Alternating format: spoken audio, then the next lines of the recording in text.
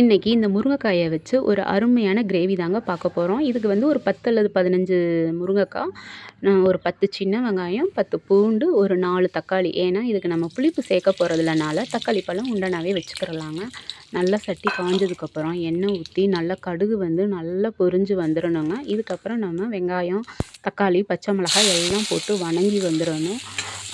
இது வந்து most of கேர்ள்ஸுக்கு தெரியுமா என்னன்னு தெரில. எனக்கு தெரிஞ்சு கிராமத்து பக்கம் வந்து இது அதிகமாக பண்ணுவாங்க. இப்போ தக்காளி எல்லாம் போட்டு உப்புக்கல் கொஞ்சம் கூடவே போடணும். அப்போ தான் இப்போ உள்ள தக்காளி எல்லாம் நல்லா வதங்குது. ஏன்னா நிறைய முருங்கைக்காய் கிராமத்து பக்கம் இருக்கிறப்போ அது என்னடா செய்யலாம் அப்படின்னு நினைக்கிறப்போ இந்த மாதிரி செஞ்சு வச்சாங்கன்னா சும்மா சூப்பராக பறந்துருங்க. நல்லா முருங்கைக்காயும் போட்டு எண்ணெயிலே நல்லா வணக்கி விட்டுறணும். இதுக்கப்புறம் நம்ம வீட்டில் இருக்கிற மசாலா தூள் எதுனாலும் யூஸ் பண்ணலாம். நான் வந்து கடைய சாம்பார் பொடி தான் யூஸ் பண்ணுறேன். கொஞ்சம் காரம் பத்தலைன்னு சொல்லி கொஞ்சம் தனி மிளகாத்தூளும் நான் போட்டிருக்கேங்க. ரொம்பவே சூப்பராக இருக்கும். பழைய கஞ்சிக்கு, அதுக்கப்புறம் சுடு சாதத்துக்கு அல்டிமேட்டாக இருக்குங்க.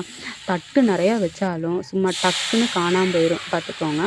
அவ்வளோ டேஸ்ட்டாக இருக்குங்க. கொஞ்சமாக தண்ணி ஊற்றி அப்படியே கொஞ்சம் வேக விடணும். பிஞ்சு காய் தான் சீக்கிரமே வெந்துடும் பார்த்துக்கோங்க.